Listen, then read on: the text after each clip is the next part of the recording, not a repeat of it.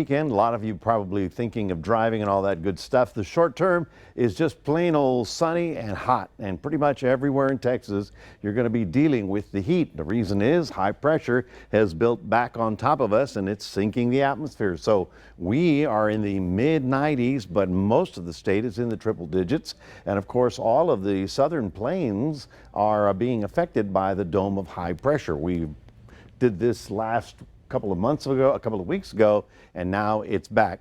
But of course, are we getting any showers? At this time, it's going to be very hard to get any shower activity going in our area, although there's a little band coming down out of Louisiana that may affect the Beaumont area in Houston as well, sometime later tonight. Other than that, I don't expect it to get this far to the west. So we, from there, go to the Caribbean, actually the Atlantic.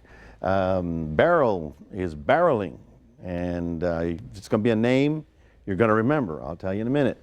Beryl is right now a Category 4. It started over here, really strengthened over the weekend, came in as a Category 4 over the Grenadines, is now out in the Caribbean, and then we'll follow the Caribbean into the Yucatan. And what else? What about us? What about the weekend? It's coming to the Gulf of Mexico, and we're going to have to deal with it. Here's, not the right view, but as you can see the view here, all of the computer models take it right into the Yucatan Peninsula, and we're going to have to watch very carefully. So let's go through the forecast dates. Now, here's we are now as a 4, and then it strengthens to a 4, maybe a 5 before it starts to weaken. We're talking Thursday here. Here's Thursday, right about there. So by the time we get to Friday or Saturday, it'll be right off the, not off the Yucatan coast, but in the Gulf of Mexico.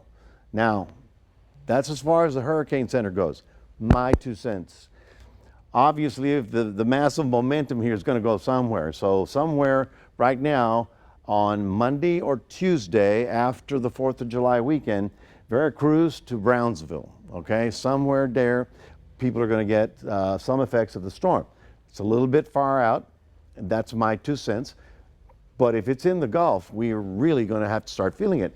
And in fact, I want to tell boaters that if you're going out there, have a great time over the weekend, just know that by Sunday and certainly Monday, we're going to start getting rough seas as that storm starts approaching the coast. So right now, it looks like the northern Mexican coast, well, with some effects on Texas. Otherwise, between here and there, it's pretty hot. And you like to say the old song, hotter than July.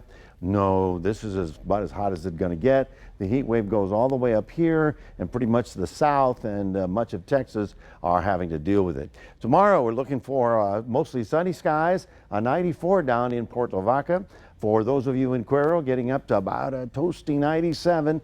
Are there isolated showers? 1 or 2, that's about the extent of it. Otherwise, take a look at your forecast, because it's going to be hazy. We do have that dust out there. Very hot right on through. Saturday at 20%, Sunday at 30%.